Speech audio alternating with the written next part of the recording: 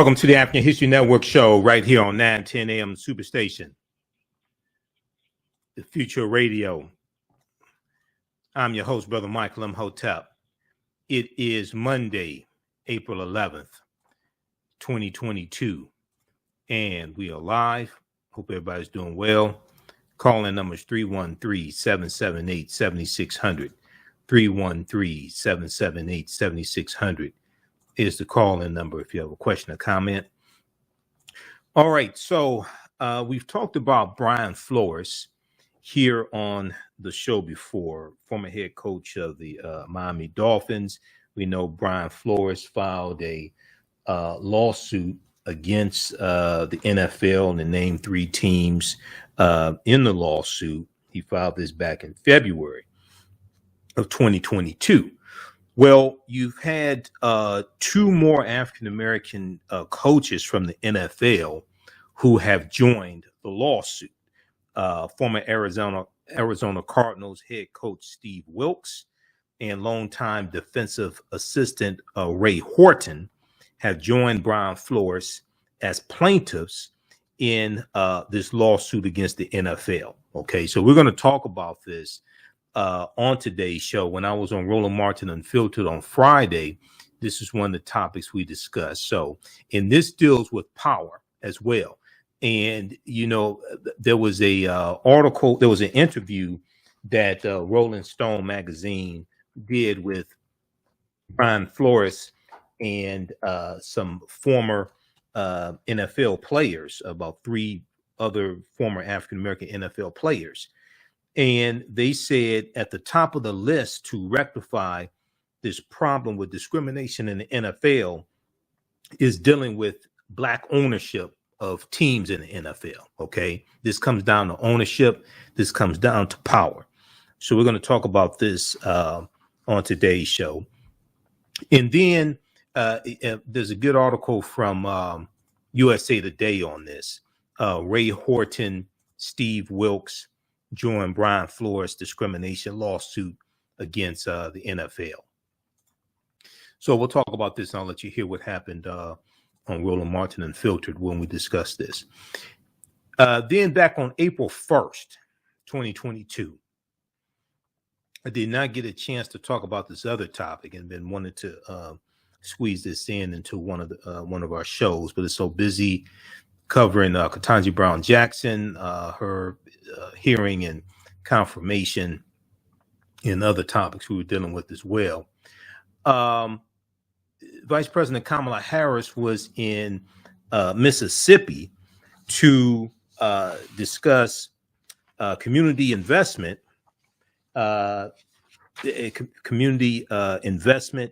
and supporting small businesses, okay, an initiative of the Biden administration.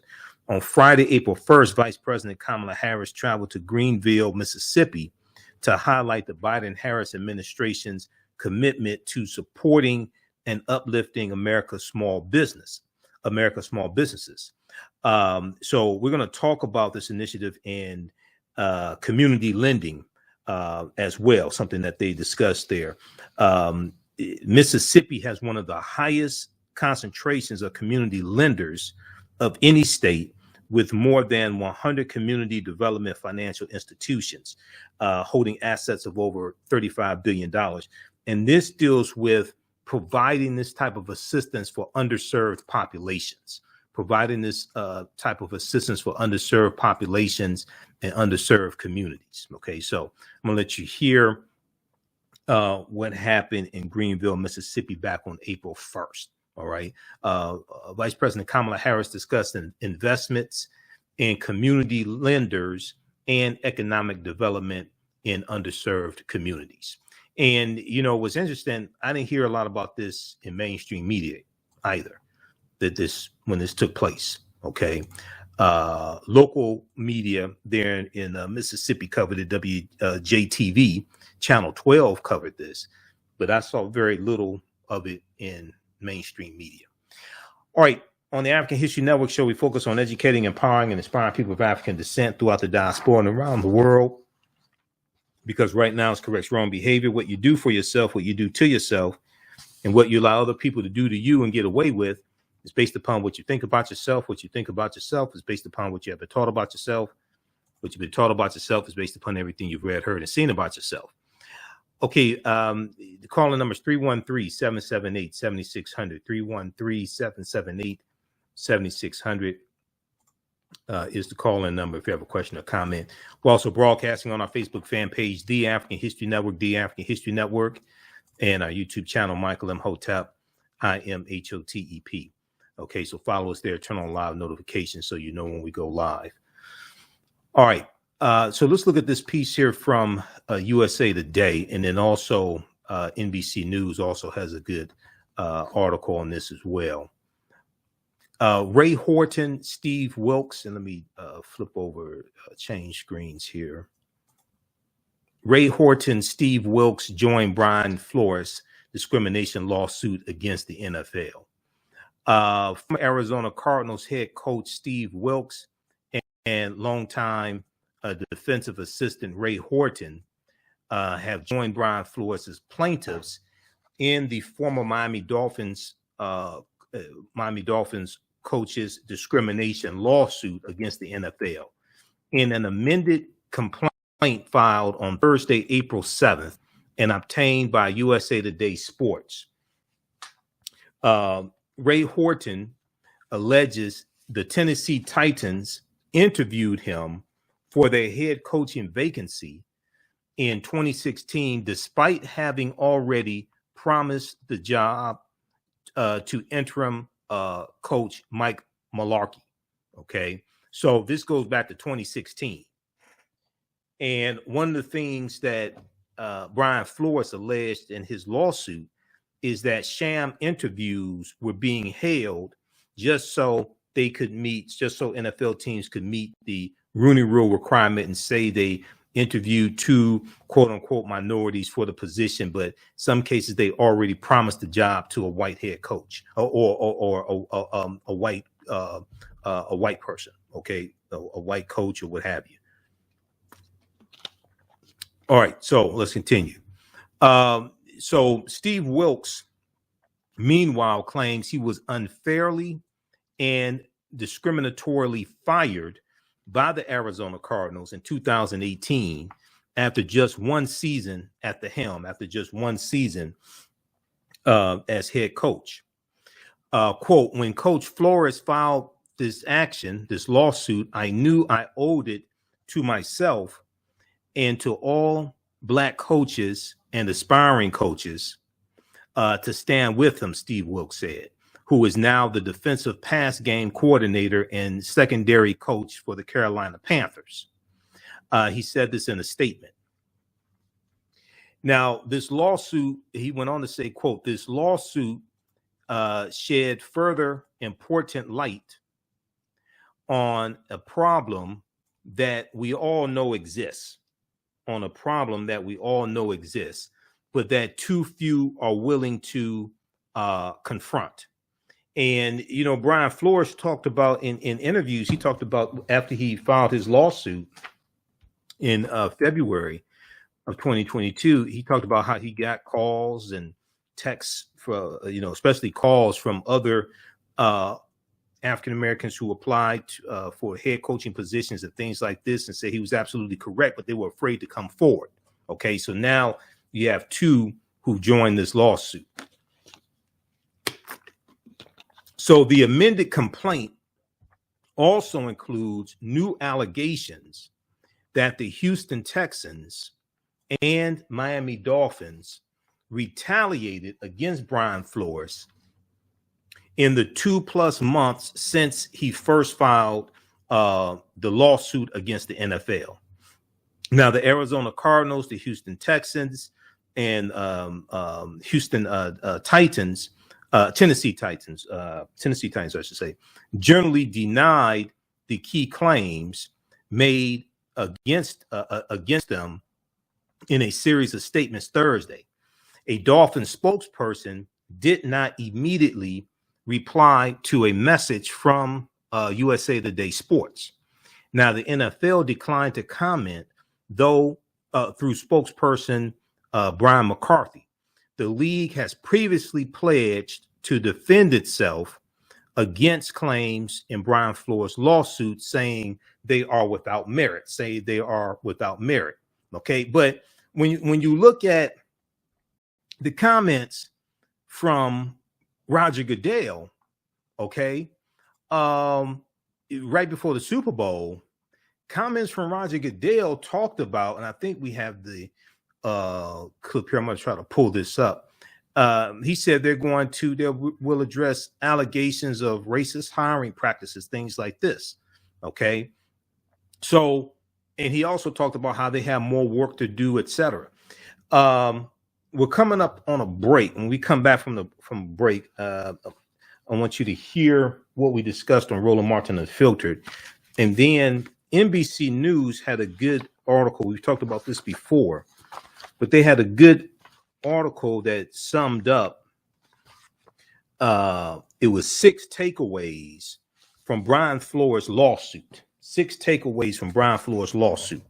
One of them was the sham interviews that he alleged, and then you had another one that dealt with, and I'm looking at this here, other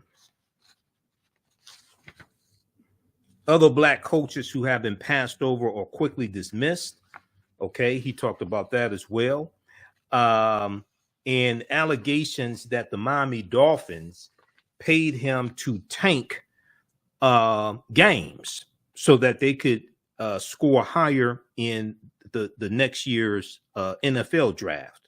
He said he was offered $100,000 for each game that he lost, and that was coming from Dolphins owner Stephen Ross. Okay, we're going to continue this on the other side of the break.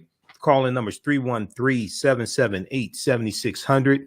313-778-7600 is the call-in number if you have a question or comment. Listen to the African History Network show right here on 910 AM, the Superstation of Future Radio. I'm Michael Imhotep. We'll be back in a few minutes. Jeanette Davis is a well-established author with 6 published books. Black Survival in White America from Past History to the Next Century was published in 1995, and it delves into the history of African Americans before slavery up to contemporary times. The Great Divide Between Blacks and Whites was released in 2008, and her autobiography, Black Just Like My Mama, was published in 2010. Soulful Journey, The Business of Beings, was released in December 2021, and her 2 latest books, Echoes from the Heart, Love Throws Poetry, and Master Being Human, were both published in January of 2022. Jeanette Davis' writings delve deeply into the psyche of Black people from ancient to contemporary times. She cuts no corners and leaves no stones unturned in relating truth, letting the chips fall where they may on both African and European doorsteps. Order Jeanette Davis's books today at Amazon.com. Search for Jeanette Davis and get to know her work today. African History Network show, we deal with current events in history and politics, education, economic empowerment, entrepreneurship, relationships, love, sex, health issues, and much, much more. Unfortunately, many people confuse what racism is. Racism is a power structure. It was laws and policies that put us in this predicament. It's going to be laws and policies that take us out. So when you control the radius of a man or woman's thoughts, you control the compass of his or her actions, because the mind can't do or teach what it doesn't know. We have it all on 910 AM Superstation. Welcome back to the African History Network show right here on 910 AM Superstation of Future Radio. I'm your host, Brother Michael Imhotep. All right. If you like this type of information, you can support the African History Network, $ TheAHNShow through Cash App, $ TheAHNShow through Cash App, and also through PayPal, paypal.me/TheAHNShow. So we have it right on the homepage of our website, AfricanHistoryNetwork.com. When you go to our Cash App tag, $ TheAHNShow, SHOW. When you go to our account, it says Michael. It shows my picture there. These other ones here are fake African History Network Cash App accounts. And we have the tag, the link for the tag here, and also the yellow donate button for PayPal as well. So this helps us keep doing the research, stay on the air, keep broadcasting, etc. All right. Calling numbers 313-778-7600. If you have a question or comment. We're going to go to clip number 1 from Roland Martin Unfiltered in just a second, Shakita. So I want to go back to this article here from USA Today and Yahoo News. And this deals with Ray Horton and Steve Wilkes join Brian Flores' discrimination lawsuit against the NFL. So the addition of two plaintiffs and specific allegations of discrimination against three more teams marks a significant expansion of Brian Flores' original lawsuit, which attorneys Wigder and John Alefterakis filed in federal court in New York on February 1st, 2022, first day of African American History Month. Now, Brian Flores, who was fired by the Miami Dolphins earlier this year, has alleged that the NFL and its teams engage in systemic racial discrimination in their hiring and firing of minority coaches. Systemic racial discrimination in their firing of minority coaches. Quote, I continue to be humbled by the outpouring of support in connection with my claims against the NFL and applaud Steve Wilkes and Ray Horton for standing up against systemic race discrimination, Brian Flores said in a statement. Their claims are the unfortunate reality of the problems facing Black coaches in the NFL, which our collective hope in this case is to end once and for all, okay? Which our collective hope in this case is to end once and for all.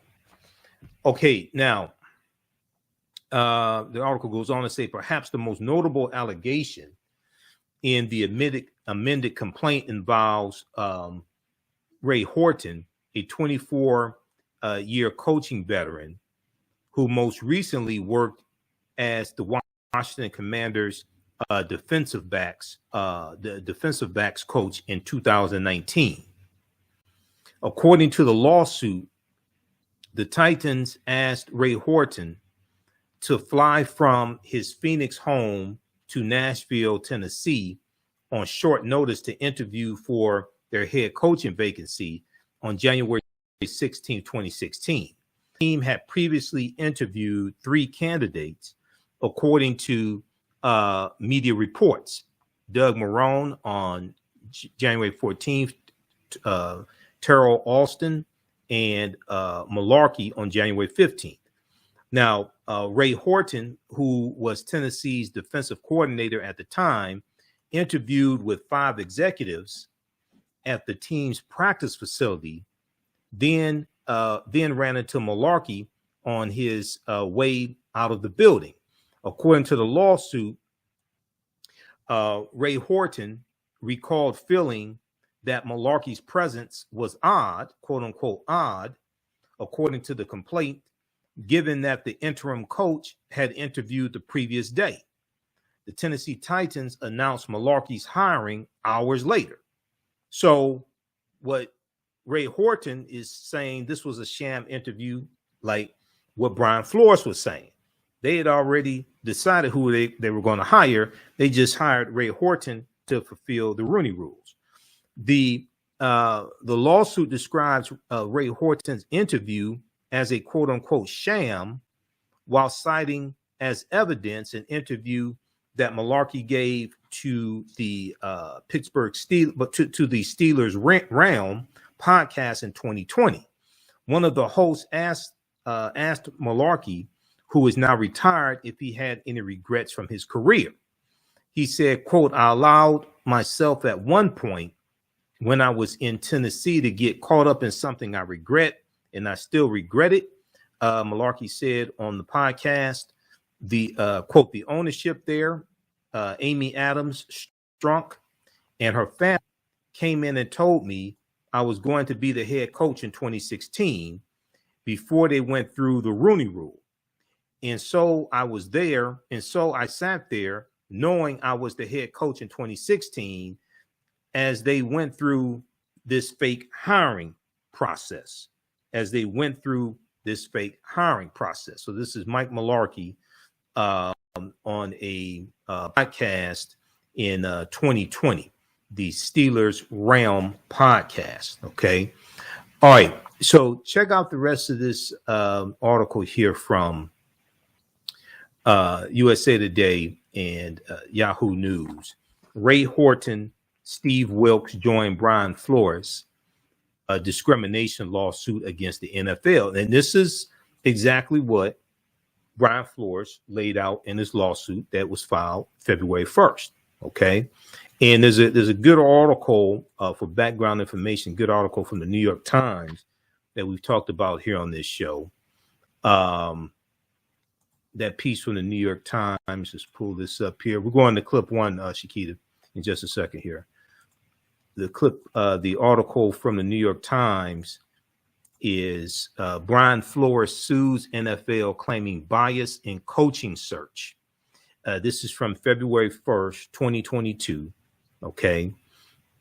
The former head coach Dolphins claimed in a class action lawsuit filed Tuesday that the NFL discriminated against him and other black coaches in their hiring practices. All right, now I want to go to clip number one here. This is from Roland Martin Unfiltered from Friday. This was Friday, April, what date was that? April 8th. Okay, we discussed this on Roland Martin Unfiltered. Let's go to clip one, Shakita. Years is indeed excessive as well. Let's talk about another story. Two black coaches have joined Brian Flores in his lawsuit alleging racist hiring practices by the NFL towards coaches and general managers who are African American.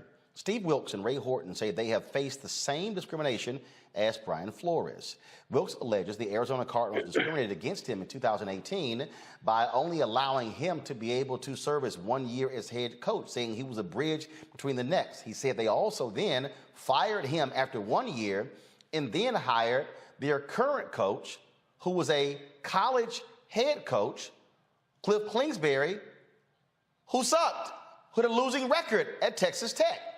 Horton claims he was subjected to discriminatory treatment when he interviewed the Tennessee Titans head coaching position in January of 2016. The amended lawsuit from Flores also criticized the NFL for its response to the lawsuit he brought against it and its team several weeks ago. In that particular amended statement, one of the things that he said is that the NFL, they've set up this advisory committee that includes two lawyers who have fought people on the issue of racial discrimination. He said they don't have anyone who's actually fought against it. These were attorneys who've defended companies who've been accused of this. Also, what is quite interesting in their amended complaint, they say, without a doubt, that one of the coaches, Horton, and they use the actual words of another coach against the NFL. So y'all, check this out. You're gonna trip out. So Mike Malarkey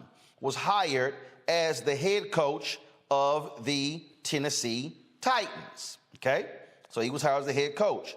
Well, Mike Malarkey gave an interview on a podcast several years later where he literally stated, guess what? The other coach had no shot at getting the job. Check this out. This is from the email that I received from the attorneys of Brian Flores. Check this out, y'all. Horton interviewed the Tennessee Titans head coaching position in January 2016. They say this turned out to be a completely sham interview done only to comply with the Rooney Rule and to demonstrate an appearance of equal opportunity and a false willingness to consider a minority candidate for the position. Indeed, the Titans' all-white ownership and management ultimately hired Mike Malarkey, a white candidate, for the head coach position. Years later, in 2020, Mr. Malarkey admitted in a podcast interview that the Titans, quote, told me I was going to be the head coach in 2016 before they went through the Rooney Rule. And so I sat there knowing I was the head coach in 2016 as they went through this fake hiring process, knowing knowing a lot of the coaches that they were interviewing, knowing how much they prepared to go through those interviews, knowing that everything they could do, and they had no chance to get that job. Matt, how damning is this against the NFL?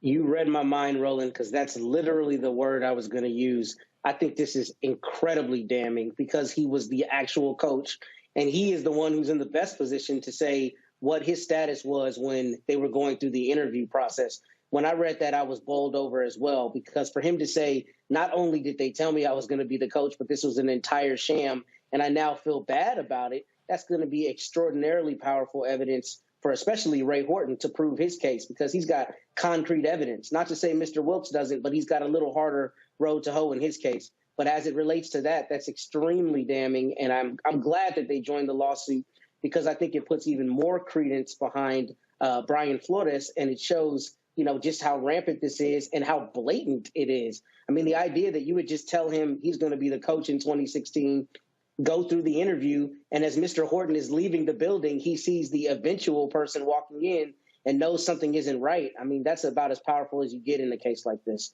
So I'm glad that they now have this kinds of evidence behind them, even further buttressing the arguments they've been making thus far. Michael, Steve Wilkes, this is what they say. His white GM, who made poor personnel decisions and was convicted for a DUI during the offseason, was given a contract extension.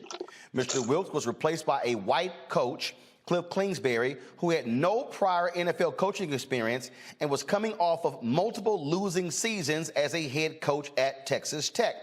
Mr. Kingsbury Kingsbury, armed with quarterback Kyler Murray, Heisman Trophy winner, has been given a much longer leash than Mr. Wilkes, and to his credit, has succeeded. That said, Mr. Wilkes, given the same opportunity afforded to Mr. Kingsbury, surely would have succeeded as well. You're sitting here. What's the rationale for hiring an experienced black coordinator, give him 1 year, fire him? You go get a white guy from college who had a losing record as a head coach at his alma mater, Texas Tech. Well, Roland, when you look at Brian Flores' original lawsuit, one of the things he talked about were sham interviews that the NFL was doing, just trying to meet the Rooney Rule criteria. Another thing he talked about is how an African-American head coach would try to rebuild the team, get it to a certain point, get fired, then they bring in a white head coach to take it from there. After the African-American head coach, went through the gutter and brought the team together, things like this. Or we could put it another way, as you talk about sharecropping, and then they bring in the white head coach to take over from there and take them to another level. So I hope more head coaches and assistant coaches, things like this, join this lawsuit. Like I said before, I haven't watched the NFL game since Colin Kaepernick got banned from the league. Okay, he wasn't officially banned, but he didn't get hired. So hopefully, not only do they get damages from this, but they actually make real changes. And the first thing they need to do at the heart of this is about ownership. Who owns these teams? Yep. We need African-American ownership, not just head coaches, because head coaches can be fired. So I want everybody to understand this here. The pro coaching record of Cliff Kingsbury is 24-24-1. Because he's been head coach. No. Let me go to when he was at Texas Tech. Pull it up, y'all. In 6 seasons, Cliff Kingsbury had 2 winning seasons. He went 8-5 his first year. He went 4-8 his second year. He went 7-6 his third year. Then he had 3 consecutive losing seasons: 5-7, 6-7, 5-7. So in 6 years at Texas Tech, Cliff Kingsbury coached 75 games. He won 35 games. He lost 40 games. That means in Cliff Kingsbury's career, he has won a total of 59 games, and he has lost 64 games. So a white coach with a losing record, 3 consecutive losing seasons, gets a multi-million-dollar job in the NFL. So I need everybody understanding this right now, because see, some of y'all are watching me, and y'all are trying to understand, all right, Ro, okay, what's the whole big deal? So allow me to put this in perspective so you can understand what this is really about. And that is this here. Just hold tight 1 second, because I got to show you this. So you understand what's the deal. First and foremost, Cliff, and I told y'all he went 24. What did I tell y'all? He went 24 and 24. Y'all, that's break even. The Arizona Cardinals on March 2nd posted this tweet. We have reached agreements on contract extensions with GM Steve Keim and head coach Cliff Kingsbury. They now are under contract through 2027. So, a head coach who's break even, 24 and 24, y'all, gets a contract extension. Okay. Now, some of y'all are looking at me going, all right, Roland, that's fine. But what's really the big deal? I'm glad you asked. What you're about to see is what this is all about and why black folks should be in support of Brian Flores. Cliff Kingsbury, y'all, signed a contract with the Arizona Cardinals for $5.5 million a year. Listen to what I just said. $5.5 million a year. That means that if over a 4-year period, Cliff Kingsbury will make $22 million. Okay. If you are a coordinator, you might make $1 million, maybe $2 million. If you are a position coach, wide receivers, running back, offensive line, tight end, you're talking about $500,000, $700,000, $800,000. So let's say you are a position coach in the NFL. You make $800,000 a year, 5 years, you made $4 million in 5 years. Cliff Kingsbury, loser in college, he makes $22 million in 5 years. Let me just use an example, Kevin Sumlin. Kevin Sumlin was the head coach at Texas A&M University. Salary was increased to about $5 million a year. He gets fired. He walks away with $25 million. He signs with Arizona, University of Arizona. He gets fired after 3 seasons. He walks away with $15 million. So in 2 settlements, Kevin Sumlin made $40 million with 2 settlements. What that means is that the children's children of Kevin Sumlin are now rich. Listen to what I just told y'all. The children's children of Kevin Sumlin are now rich. Over here, black position coach makes $4 million over 5 years. White head coach makes $22 million over 5 years. Do y'all now understanding this fight with Brian Flores is waging is not an equality fight. It's not a fight over what's fair in terms of we are just as qualified. Y'all, this is a battle over money.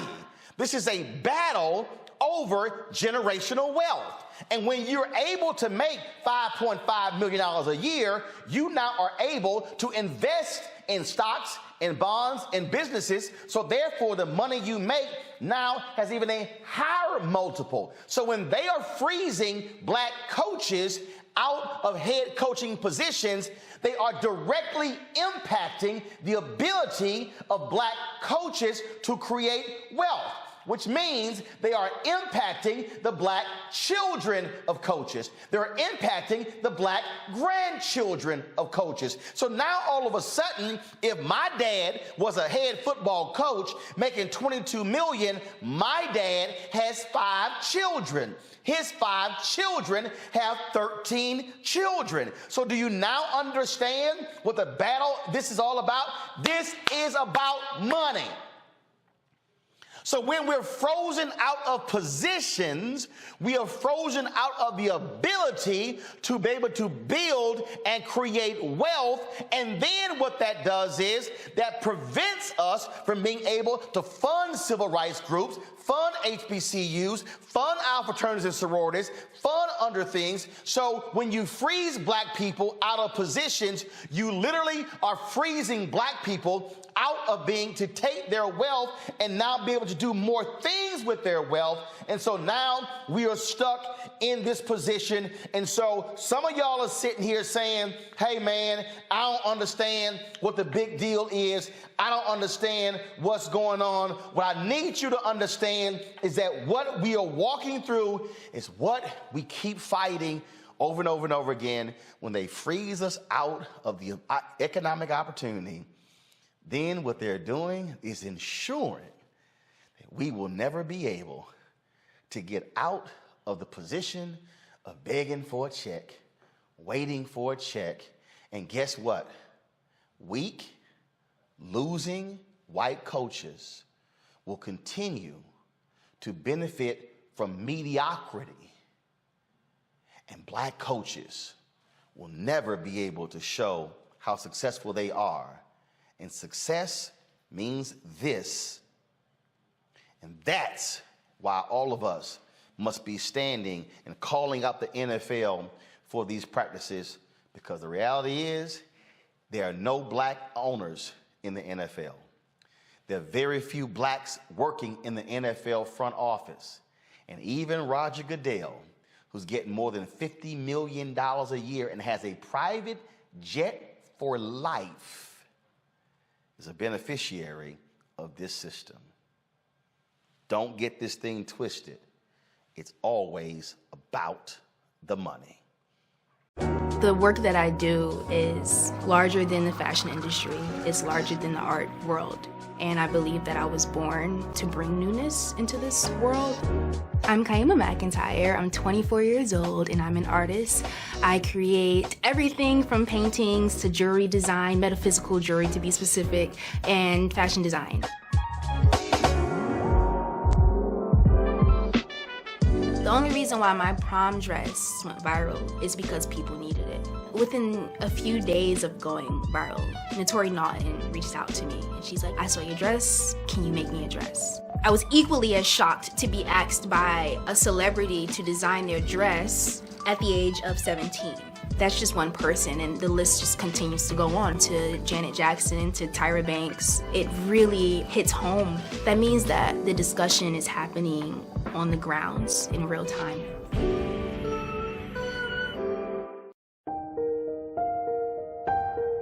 What does self-care mean to you? To us, it's an opportunity to reconnect with nature.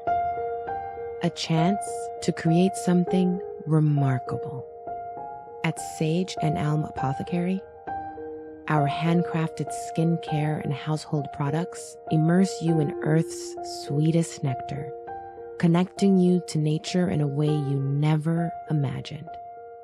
See for yourself and visit us at sageandelmapothecary.com. 910, the Superstation, Detroit's only African-American talk radio. Welcome back to the African History Network show right here on 910 AM, the Superstation, Future Radio. I'm your host, Brother Michael Imhotep. All right, so right before the break, I was sharing an excerpt from Roland Martin Unfiltered from Friday, April 8th, 2022. We were talking about Brian Flores' lawsuit, and two more NFL coaches have joined the lawsuit. Two more African-American NFL coaches have joined the lawsuit. Ray Horton, former head coach of the Arizona Cardinals, and also, Steve Wilkes, former head coach of the Arizona Cardinals, and also Ray Horton, longtime defensive assistant. Ray Horton joined the lawsuit. Okay, so check out that full show. We did, I think, almost 2.5 hours Friday, April 8th. Roland Martin Unfiltered. Watch Roland on Facebook and YouTube. Roland Martin Unfiltered. All right. And then if we look at, when we come back from the break, I want to touch on this article that we've talked about before. NBC News, sham interviews and mistaken Bill Belichick texts. 6 takeaways from Brian Flores' lawsuit against the NFL, because they talk about the sham interviews in here, but he talks about also being asked to tank games by the Miami Dolphins. And then on April 1st, Vice President Kamala Harris was in Greenville, Mississippi, talking about economic investment in underserved populations. I'm going to let you hear what happened there. You listen to the African History Network show. I'm Michael Imhotep. We'll be back in a few minutes. Abundant Capital Group is a real estate investment company with over 20 years of experience in real estate. They specialize in 2 areas of real estate. 1, they solve real estate problems with creative financing solutions that give the seller the most money for their property. And 2, they show individuals how to get a higher rate of return on their investment capital with real estate note investing. If you are looking to sell or need to sell your property, here is what they provide. Market value offer, even if you have little or no equity. They typically pay all closing costs, which can be thousands of dollars. They close on a date of the seller's choosing, and the seller does not have to be out of the house at the time of closing. They take the property in an as-is condition, and the seller is not required to make any repairs. Give them a call or email them today for a free consultation and see how they can help you with your real estate needs. Call them at 973-475-8488. That's 973-475-8488. Visit their website, abundantcapitalgroup.com. That's abundantcapitalgroup.com. And email them at acg@abundantcapitalgroup.com. Follow them on Instagram and Facebook at Abundant Capital Group. What does self-care mean to you? To us, it's an opportunity to reconnect with nature. A chance to create something remarkable. At Sage and Elm Apothecary, our handcrafted skincare and household products immerse you in Earth's sweetest nectar, connecting you to nature in a way you never imagined. See for yourself and visit us at sageandelmapothecary.com. Welcome back to the African History Network show right here on 910 AM, the Superstation, the Future Radio. Okay, so right before the break, we were talking about Ray Horton and Steve Wilkes joining Brian Flores' lawsuit against the NFL. And for the sake of time, I need to go ahead and get to this next story here. Okay, so check out the articles that we discussed and watch Roland Martin Unfiltered from Friday, April 8th.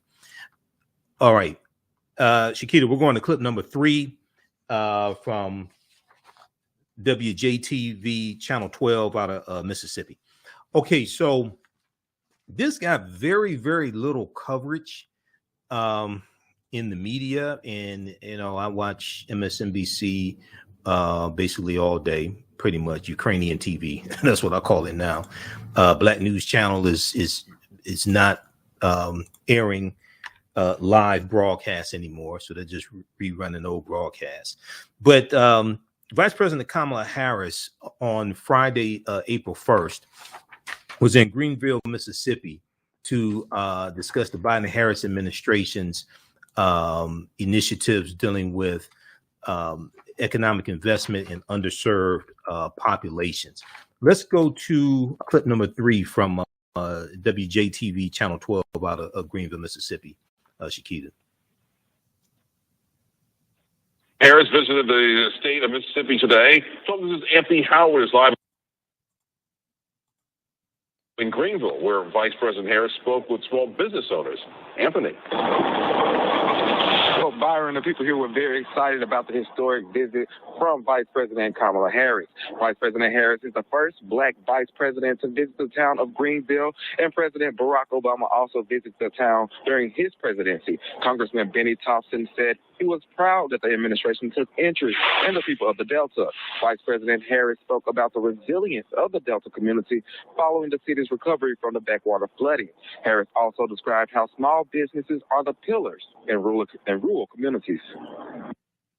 You know, when the pundits, on the evening news, when they talk about economic opportunity, right, and they're asked their opinion about economic opportunity, have you ever noticed that they will often refer to Wall Street or Silicon Valley?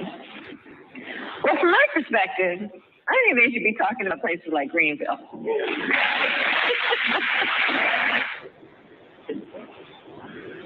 And Senator Derek Simmons says he's confident the Biden-Harris administration will keep their promise in supporting small communities. And Vice President Kamala Harris says this administration's goal is to alleviate some of the challenges faced by small businesses and minority businesses, such as getting loans approved and a reliable source of internet. Live in Greenville, Anthony Howard, 12 News. Okay, we're going to clip number 4 here in just a second, Shakita, at the 5:04 mark. Okay, so if we look quickly here at this article from, this is from WJTV Channel 12. If we look at this, here, let me close this out right here. All right. So she was joined, Vice President Kamala Harris was joined by Congressman Benny Thompson, Democrat of Mississippi. Prior to delivering remarks, the Vice President visited a local small business, Joyce's Fabrics and Sewing Center. In her speech, she emphasized the importance of investments in economic development in underserved communities like Greenville, Mississippi. All right, you're going to hear her comments in just a second. While the bipartisan infrastructure law, the $1.2 trillion infrastructure bill, invests $110 billion to repair the nation's roads and bridges, to help customers and employees better access small businesses, and the bipartisan infrastructure law invests $65 billion to provide affordable high-speed internet. Vice President Kamala Harris said investing in small businesses is next on the agenda. Okay, she says small businesses need to reach their customers. They need to buy supplies and even run their cash register. And all of that will be helped by having access to high-speed internet. And so we are fighting every day to ensure that small businesses have access to capital and the banking services they need to thrive. Now, Vice President Kamala Harris also noted that Mississippi has one of the highest concentrations of community lenders of any state, with more than 100 community development financial institutions holding assets of over $35 billion. Okay, let's go to clip number 4 quickly, Shakita.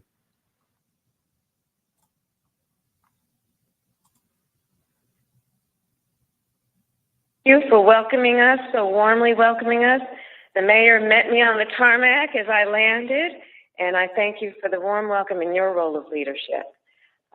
It is good to be in this beautiful place, and so good to be here, of course, with Chairman Benny Thompson. Where is he? I will tell you, he is a true champion for the people of this state. And I didn't dare make this trip plan without checking in with Benny Thompson to seek his advice and approval.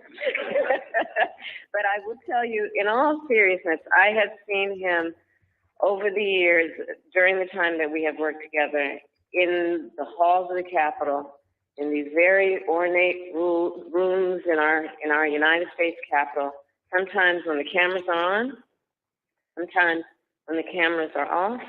He is the same person always. He is always fighting for the people of Mississippi. Always. And I've had the pleasure of seeing him twice this week because, or last week actually, because we were at the White House together when the president signed into law the Emmett Till Anti-Lynching Act.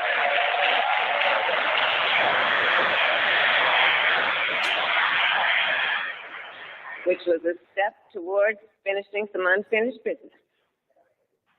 Also here with us today is the great Bill Bynum, the CEO of Hope Credit Union. And Mr. Bynum, as you know, has helped connect so many people in Mississippi and across the South with the opportunity, and yes, with hope, to be all they can be. And I shared with a couple of folks earlier, I did check in with him, actually after we first came in office, because this has been a very long-standing area of focus and priority for me, which is to support our small businesses. And I've been hearing for years about the work of Bill Bynum, and so checked in with him at the very beginning. And he told me at the very beginning, during the height of the restrictions, COVID, so we couldn't really travel, and he said, well, Madam Vice President, if you really want to see what's going on, you come to the Mississippi Delta. All right, So pause, here pause I it right am. there, Shakira. Pause it right there.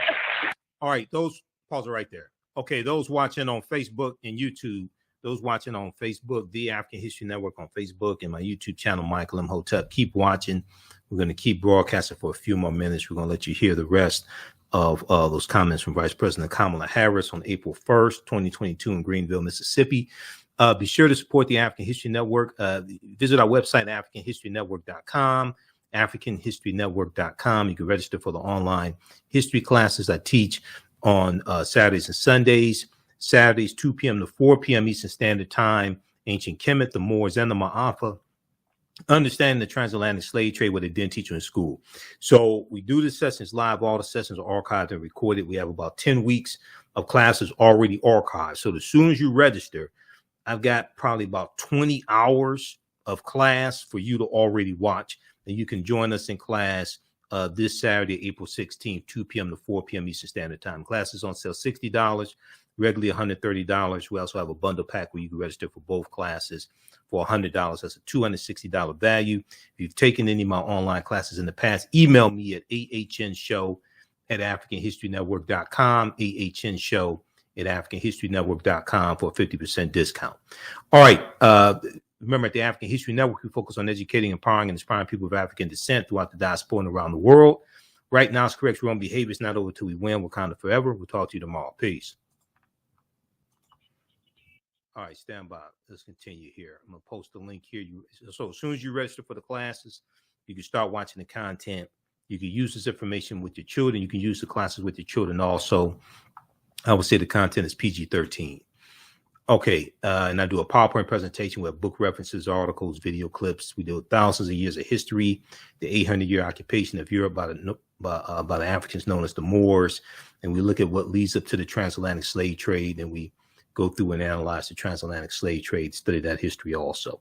All right, let's go back to this clip.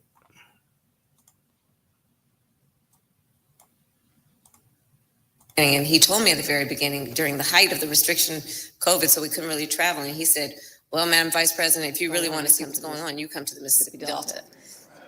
So here I am.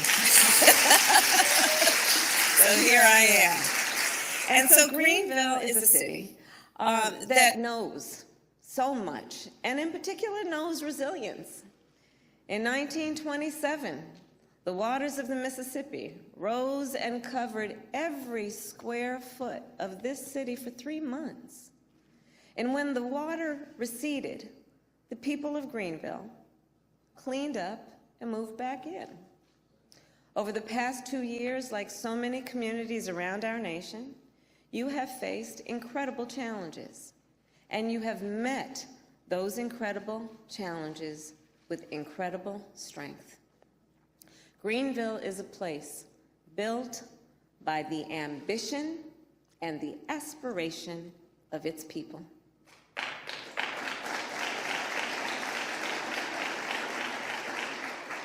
As an extension of the fact that America is a place that was built by the ambition and aspiration of its people. America is a nation built by people who see what can be unburdened by what has been. People with the ambition and the aspiration to transform dreams into reality, to buy a house, to get an education, to start a business, to leave something behind for the next generation. That energy drives our entire nation forward, and it creates jobs. It accelerates innovation. It strengthens our communities. It expands our economy, and it makes our nation more globally competitive. And as you know, turning ambition and aspiration into action often requires capital. Capital to start and grow a small business, or buy or renovate a home. And it requires financial services. Services like checking and savings accounts, credit cards, and lines of credit, financial information, and good advice. As you know well, not everyone in our country, sadly, can access this essential support. Consider this: Black entrepreneurs are 3 times more likely to report that they did not apply for credit for fear of being turned away by a bank. Black and Latino homeowners are rejected at a higher rate when applying for home loans from traditional financial institutions, even when they have credit profiles similar to other applicants. Many Asian American business owners, in particular immigrant business owners, face language barriers that limit their ability to access capital and banking services. And people who live in rural communities often lack access to traditional banking services of any kind. This includes many Native Americans, and here in the Mississippi Delta, many Black folks. And so let us acknowledge also that while they play an important role in the growth of our economy, traditional banks have not always seen the vision of small business owners of color, small business owners who are women, small business owners who live in rural areas, and small business owners who serve low-income communities. Community lenders, on the other hand, were created to see that vision and to support it. These lenders predominantly serve overlooked and underserved communities. The people who run these institutions often live and work in those communities. They know the people to whom they are lending. They understand the community, their needs, their challenges, and their strengths. When they make a loan, they often personally feel its impact because, of course, they are there, linked with the community. And so community lenders often see the potential that others might overlook.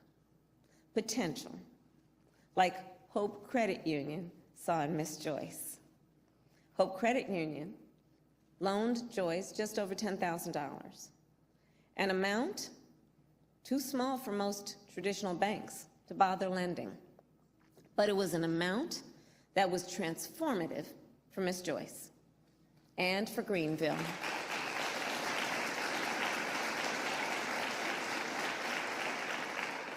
Across our nation, small businesses are engines of economic prosperity. And this is especially true in rural areas and in Mississippi, where over 99% of all businesses are small businesses. Rural small businesses train and hire local workers. They provide essential products and services to customers that they often see on a daily basis and face-to-face. And they know and understand, and they help ensure residents have the opportunities they need to remain in the places they love. And these businesses do not just create prosperity, they also build community. So often, in my experience, and I'm sure yours, small business owners are not only leaders in business, they are community leaders. They are civic leaders. They sponsor the local softball team. They mentor and hire young people from the community. They are role models. And now, as we all know well, rural small businesses also face unique challenges that businesses in urban areas sometimes do not. For example, many operate in communities that do not have access to affordable or accessible high-speed internet, or in communities where the roads and bridges are in desperate need of repair. So our administration is dealing with that too, and we are proud to say, again, thanks to the congressman and so many others, historic investments to address these challenges. For example, the bipartisan infrastructure law invests $110 billion to repair our nation's roads and bridges, to help customers and employees better access small businesses. And the bipartisan infrastructure law invests $65 billion to ensure that every person in our nation has access to affordable high-speed internet.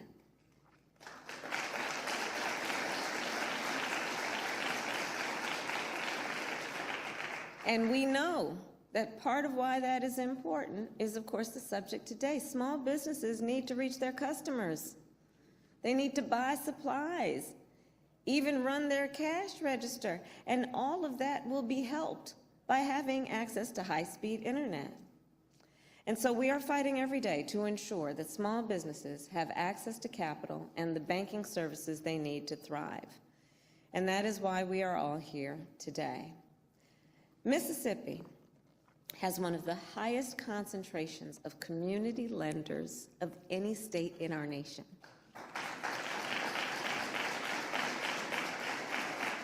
With more than 100 CDFIs, these community development financial institutions, holding assets of over $35 billion. Those institutions have helped so many small business owners, like Joyce, start, grow, and protect their small business. And they deserve more support.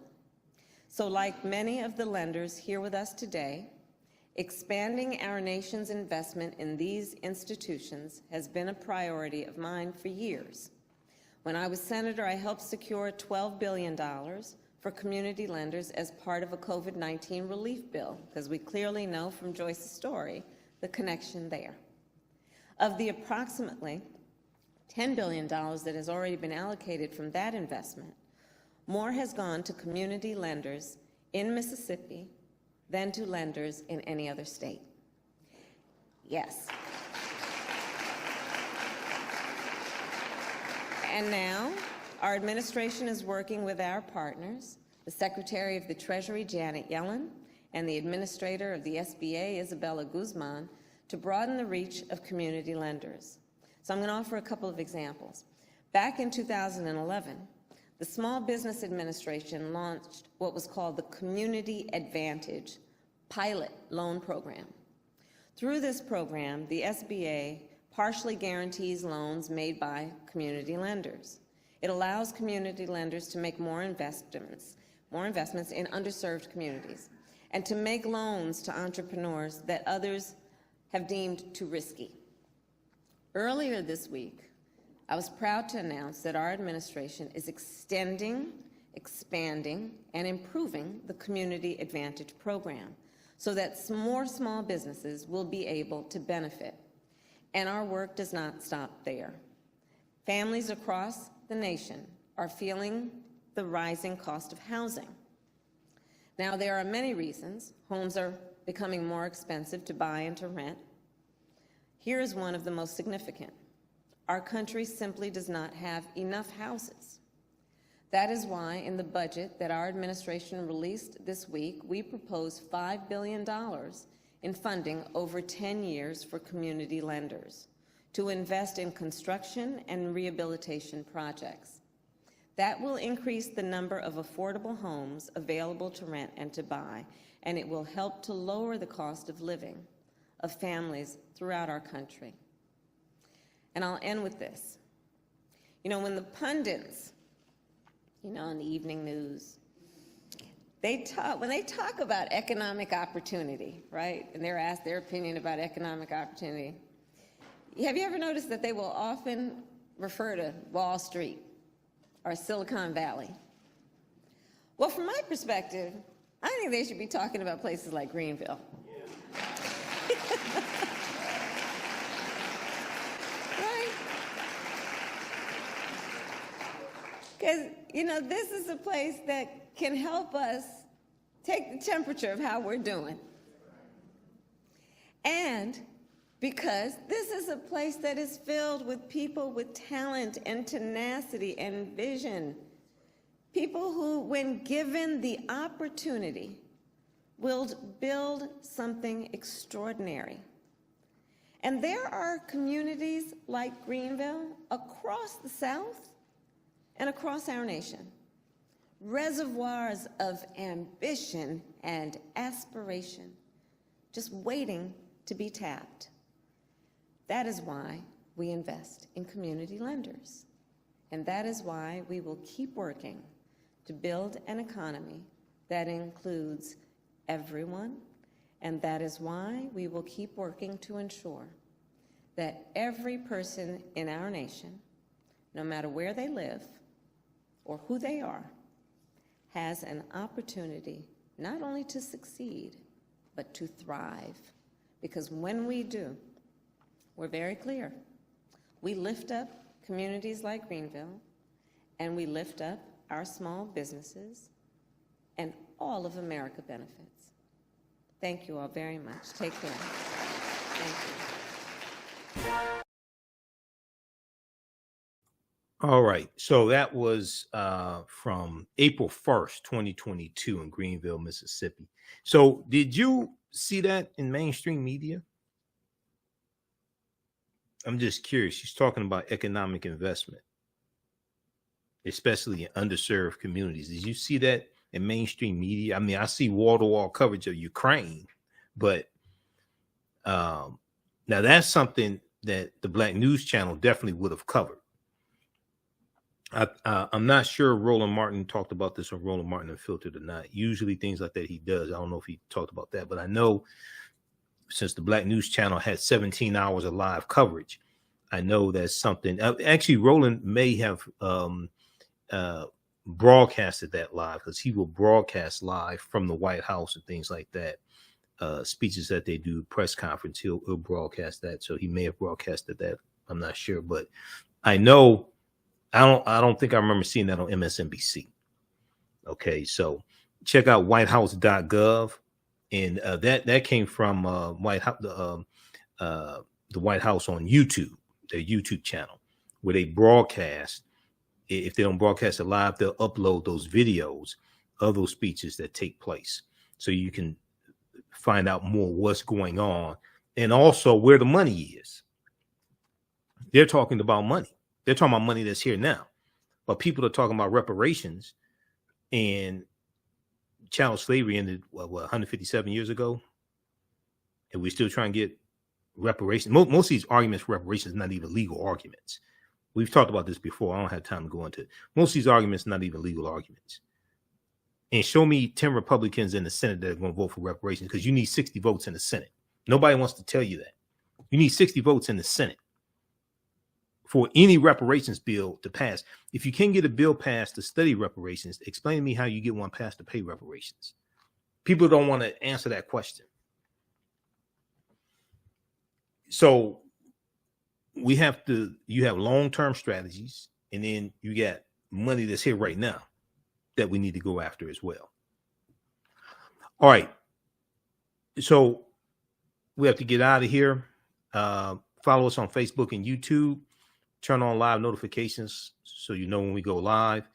Give us a thumbs up. Give us a heart. Give us a thumbs up, heart, like on these videos. If you'd like this type of information, also you can support the African History Network, $ the AHN Show through Cash App, $ the AHN Show through Cash App, also through PayPal, paypal.me/the AHN Show. And then also we have this information at our website, AfricanHistoryNetwork.com, AfricanHistoryNetwork.com. Okay. And this is our official Cash App account, $ the AHN Show, SHOW. And we have it right on the homepage of our website. And these other ones here are fake African History Network Cash App accounts that have been stealing money from us. I'm trying to get them shut down. But when you go to ours, it says Michael and shows my picture there. $ the AHN Show. That's our tag. We have the link here, the PayPal button also. We're celebrating our 12th year anniversary of me broadcasting the African History Network show. First started March 10th, 2010. And when you scroll down, we have the information for our online classes also. Okay, so you can register for those as well. They're on sale $60, regularly $130. Ancient Kemet, the Moors, and the Maafa, understanding the transatlantic slave trade, what they didn't teach you in school. And from the Civil War to the Civil Rights Movement and Black Power, 1865 to 1968. I do that on Sundays, 2 p.m. to 4 p.m. Eastern Standard Time. We have a bundle pack. You can register for both classes for only $100. That's a $260 value. Okay. All right. We have to get out of here. Remember, at the African History Network, we focus on educating, empowering, and inspiring people of African descent throughout the diaspora and around the world. Because right now it's correct wrong behaviors, not over till we win. Wakanda forever. We'll talk to you tomorrow. Peace. The work that I do is larger than the fashion industry. It's larger than the art world. And I believe that I was born to bring newness into this world. I'm Kaima McIntyre. I'm 24 years old and I'm an artist. I create everything from paintings to jewelry design, metaphysical jewelry to be specific, and fashion design. The only reason why my prom dress went viral is because people needed it. Within a few days of going viral, Notori Naughton reached out to me and she's like, I saw your dress, can you make me a dress? I was equally as shocked to be asked by a celebrity to design their dress at the age of 17. That's just one person, and the list just continues to go on, to Janet Jackson, to Tyra Banks. It really hits home. That means that the discussion is happening on the grounds in real time. Jeanette Davis is a well-established author with 6 published books. Black Survival in White America from Past History to the Next Century was published in 1995, and it delves into the history of African Americans before slavery up to contemporary times. The Great Divide Between Blacks and Whites was released in 2008, and her autobiography, Black Just Like My Mama, was published in 2010. Soulful Journey, The Business of Beings, was released in December 2021, and her 2 latest books, Echoes from the Heart, Love Throws Poetry, and Master Being Human, were both published in January of 2022. Jeanette Davis' writings delve deeply into the psyche of Black people from ancient to contemporary times. She cuts no corners and leaves no stones unturned in relating truth, letting the chips fall where they may on both African and European doorsteps. Order Jeanette Davis's books today at Amazon.com. Search for Jeanette Davis and get to know her work today. STEM Forward, helping our community find their place in the emerging fields of science, technology, engineering, and mathematics. Join us for our monthly live stream on our website, stemforwardedu.org. Watch, subscribe, share. Also join our mailing list to stay up to date with STEM resources and opportunities. STEM Forward, the future is now. Watch, subscribe, share.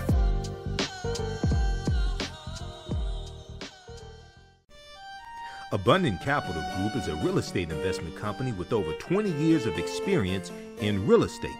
They specialize in two areas of real estate. One, they solve real estate problems with creative financing solutions that give the seller the most money for their property. And two, they show individuals how to get a higher rate of return on their investment capital with real estate note investing. If you are looking to sell or need to sell your property, here is what they provide. Market value offer, even if you have little or no equity. They typically pay all closing costs, which can be thousands of dollars. They close on a date of the seller's choosing, and the seller does not have to be out of the house at the time of closing. They take the property in an as-is condition, and the seller is not required to make any repairs. Give them a call or email them today for a free consultation and see how they can help you with your real estate needs. Call them at 973-475-8488. That's 973-475-8488. Visit their website, abundantcapitalgroup.com. That's abundantcapitalgroup.com. And email them at acg@abundantcapitalgroup.com. Follow them on Instagram and Facebook at Abundant Capital Group. What does self-care mean to you? To us, it's an opportunity to reconnect with nature. A chance to create something remarkable. At Sage and Elm Apothecary, our handcrafted skincare and household products immerse you in Earth's sweetest nectar, connecting you to nature in a way you never imagined. See for yourself and visit us at sageandelmapothecary.com.